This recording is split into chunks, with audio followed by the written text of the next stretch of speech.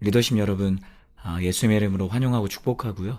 오늘 LTC 민수기 22장 41절부터 23장 12절 말씀을 가지고 탐심을 버리고 말씀 따르기라는 제목으로 티칭하도록 하겠습니다. 우리 먼저 말씀 읽도록 하겠습니다.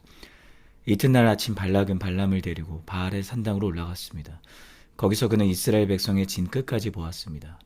발람이 말했습니다. 저를 위해 여기에 제단 7개를 만들고 수송아지 7마리와 순양 7마리를 준비해 주십시오. 발락은 발람이 말한 대로 했습니다. 그리고 발락과 발람이 각 제단마다 수송아지 1마리와 순양 1마리씩을 드렸습니다. 발람이 발락에게 말했습니다. 제가 저쪽에 가 있는 동안 여기서 당신 제물 옆에 서 있으십시오. 어쩌면 여호와께서 저를 만나러 오실 것입니다. 그분이 제게 무엇을 보여주시든지 제가 당신께 말씀드리겠습니다. 그러고는 그가 홀로 갔습니다. 하나님께서 발람을 만나시자 그가 말했습니다. 제가 제단 7개를 준비했고 각 제단마다 수송아지 1마리와 순양 1마리씩을 드렸습니다. 여호와께서 발람의 입에 말씀을 넣어주시며 말씀하셨습니다. 발락에게로 돌아가서 이 말을 전하여라. 그래서 발람이 발락에게 돌아갔습니다. 발락은 모압의 모든 지도자들과 함께 자기 제물 곁에 서 있었습니다. 그러자 발람이 자기가 받은 계시를 말했습니다. 발락이 나를 아람에서 모압 왕이 나를 동쪽 산지에서 데려왔도다. 와서 나를 위해 야곱을 저주하여라. 와서 이스라엘에게 저주를 퍼부어라 라고 했도다. 하나님께서 저주하지 않는 사람들을 내가 어떻게 저주하겠는가? 하나님이 저주를 퍼붓지 않는 사람들에게 내가 어떻게 저주를 퍼붓겠는가? 내가 바위산 꼭대기에서 그들을 보고 언덕 위에서 저들을 보니 이 백성은 홀로 거하고 자신들을 열방 가운데 하나로 여기지 않는구나. 누가 야곱의 티끌을 셀 수 있으며 이스라엘의 4분의 1이라도 헤아릴 수 있을까? 내가 의로운 사람으로 죽게 되기를 바라며 내 마지막이 그들과 같이 되기를 비노라. 발람이 발락에게 말했습니다. 내가 내게 무슨 짓을 하는 거냐? 내 원수들을 저주하기 위해 너를 데려온 것인데 내가 오히려 저들을 축복하는구나. 발람이 대답하며 말했습니다. 여호와께서 제 입에 넣어주신 그대로 제가 말해야 하지 않겠습니까? 아멘.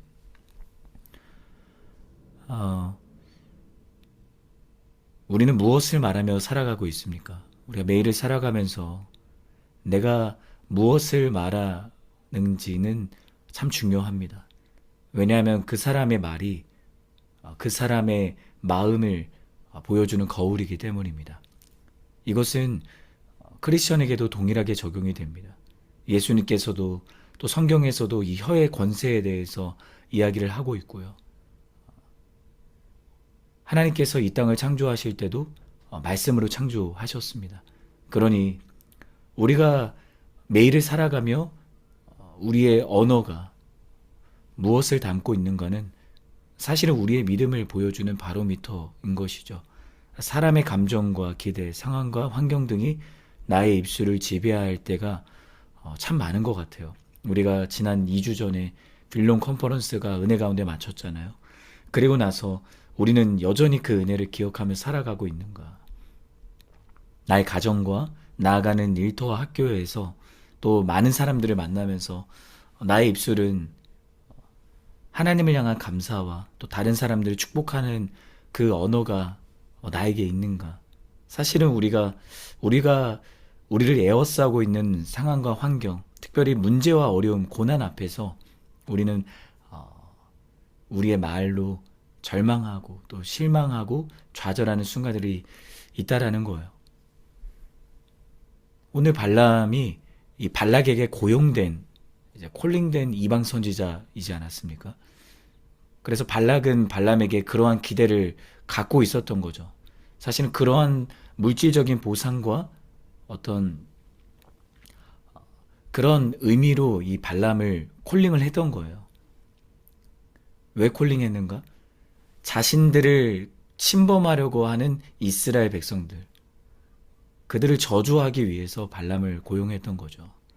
근데 발람이 우리가 이전에도 같이 살펴보았지만 하나님께서 나귀를 들어서 그를 책망하십니다. 그리고 이스라엘 백성들을 저주하는 것이 나의 뜻이 아니다라는 것을 명확하게 말씀을 하세요. 오늘 말씀도 여전히 이스라엘 백성들을 지키시는 하나님의 열심과 발람을 교정하시는 하나님의 또 손길을 우리가 볼 수 있는 것입니다. 12절이에요. 발람이 대답하며 말했습니다. 여호와께서 제 입에 넣어주신 그대로 제가 말해야 하지 않겠습니까? 이 말을 듣는 발락이 얼마나 당황했을까라는 생각을 해요. 분명히 자신이 어떤 정확한 보상을 준다라는 조건을 가지고 그를 고용을 했는데, 이전까지만 하더라도 그대로 하겠습니다라고 이야기했던 사람이 어떻게 내가 하나님께서 내 입에 넣어주신 대로 말을 하지 않을 수 있겠습니까? 라고 태세 전환을 하고 있는 거예요. 왜 발람이 발락에게 이렇게 대답했는가? 오늘 여러분과 세 가지 영적인 메시지를 나누려고 하는데요. 첫 번째는 말씀이 기준이 될 때 사람의 뜻은 멈춘다라는 거예요. 여러분, 하나님의 말씀이 우리의 인생의 기준이 되면 사람의 뜻은 멈춰집니다. 오늘 발람은 양다리를 걸치고 있었습니다. 발락과 하나님 사이에서, 세상과 말씀 사이에서 양다리를 걸치고 있었던 겁니다. 근데 그러한 발람의 자기 뜻을 하나님께서 멈추게 하신 거죠. 무엇으로? 말씀으로. 우리의 삶도 마찬가지입니다. 우리가 내 뜻과 내가 원하는 대로, 우리가 나의 인생을 마치 내가 주인인 양 그렇게 살아가고자 할 때, 그때 문제가 생기는 거잖아요. 그때 우리가 예배와 또 일상의 자리에서 말씀으로 나아가면 그 말씀이 나의 삶의 기준이 되고, 그때 나의 뜻이 멈추게 되는 것입니다. 말씀을 듣는 자리, 말씀을 묵상하는 큐티의 자리가 그렇기 때문에 중요한 겁니다. 자, 3절을 보면 어쩌면 여호와께서 저를 만나러 오실 것입니다. 그분이 제게 무엇을 보여주시든지 제가 당신께 말씀드리겠습니다. 이때까지만 하더라도 발람은 발락에게 충성하고 있는 것처럼 보입니다. 사실 하이라이트로 표기된 이 내용을 봐도 어쩌면 여호와께서 저를 만나러 오실 것이다. 표준 세번역을 보니 혹시 여호와께서 저를 만나러 오신다면, 조건부로 이야기를 하고 있는 거죠. 정말 하나님께서 그를 만나주시고 그에게 말씀하실 때 그가 이렇게 말하겠다라고 한 이 고백이 진짜였을까? 저는 그렇게 생각하지 않아요. 지금 발람은 하나님께서 나에게 말씀하신다면 이라는 조건부로 이야기를 하고 있거든요. 여러분, 하나님이 발람에게 이야기하는 것이 이번이 처음입니까? 그렇지 않아요. 나귀를 통해서도 하나님은 계속해서 발람에게 이야기를 하셨거든요. 명확히 하나님의 뜻을 알려주셨습니다. 이스라엘을 저주하지 마라. 그것이 내 뜻이 아니다. 발람은 지금 자기 뜻대로 하나님의 말씀에 대해서 애매한 포지션을 취하고 있는 거예요. 양다리 걸치고 있는 거죠. 하나님이 받으시는 온전한 순종은 무엇인가? 99%의 순종이 아니라 100%의 순종입니다. 내가 다 순종하더라도 1%를 순종하지 않으면 그것은 하나님이 받으시는 온전한 순종이 아닐 수도 있습니다. 우리가 사울의 불순종을 통해서도 확인을 했고요. 이 모세가 자기 고집대로 불순종했잖아요. 물론 하나님께서 그를 사랑하셨기 때문에 바위에서 샘이 터져 나오게 하셨지만 결국 모세는 가나안 땅에 들어가지 못하게 됩니다. 하나님 보셨을 땐 100% 순종이 아니었다라는 거죠. 오늘 발람이 이와 마찬가지로 하나님 보실 때 불순종을 하고 있는 거예요. 이런 우리의 불순종이 일어나는 순간은 어디인가? 하나님의 말씀과 세상 사이에서, 사람 사이에서 우리가 양다리 걸치고 있을 때, 애매한 포지션을 취할 때 우리는 불순종하게 되는 겁니다.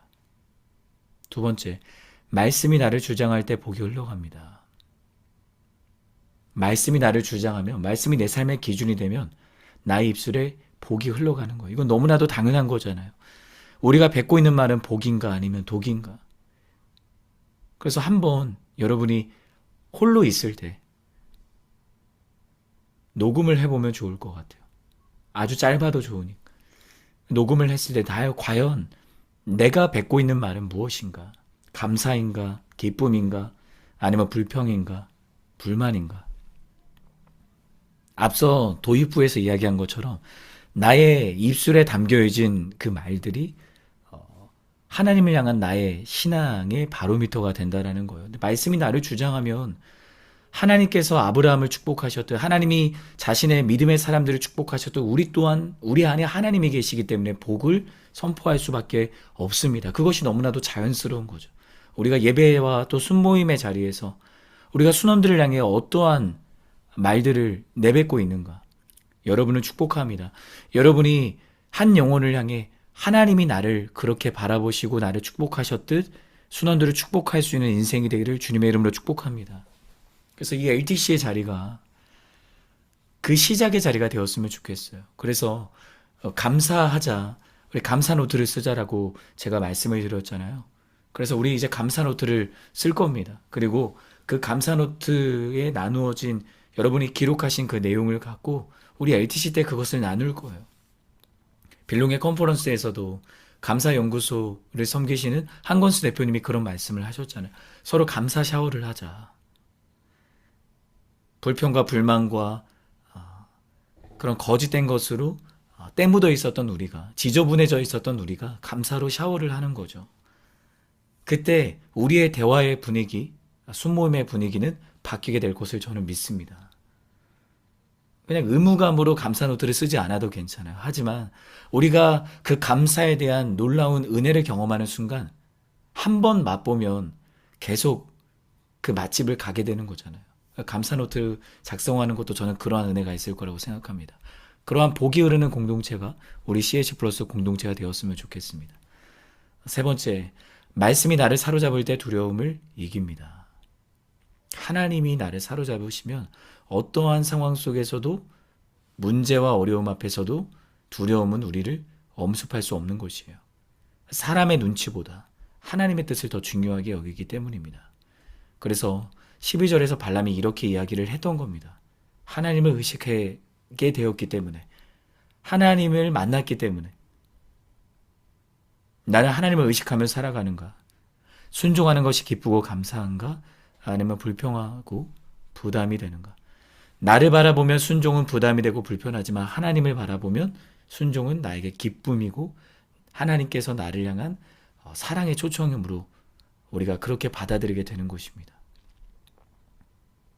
그래서 우리가 세 가지를 나누었어요. 여러분 그것을 기억하시며 양다리 걸치지 않고 탐심을 버리고 하나님의 말씀을 따라 그 말씀이 기준이 되어 그 말씀이 나의 입에 담겨 다른 사람을 축복하고 그리고 두려움 없이 어떤 상황 속에서도 하나님의 말씀을 따라 순종하는 그런 사랑하는 리더십 되기를, 그렇게 감사가 충만한 모든 다락방과 순 되기를 예수님의 이름으로 축복합니다. 기도하겠습니다. 사랑하는 주님 감사합니다. 우리가 발람과 같이 양다리 걸치지 않고 말씀이 기준이 되고 말씀이 내 입에 머물고 그렇게 두려움 없이 다른 사람을 축복하고 승리하는 인생 되게 하여 주옵소서. 사랑하는 예수님의 이름으로 기도하였습니다. 아멘.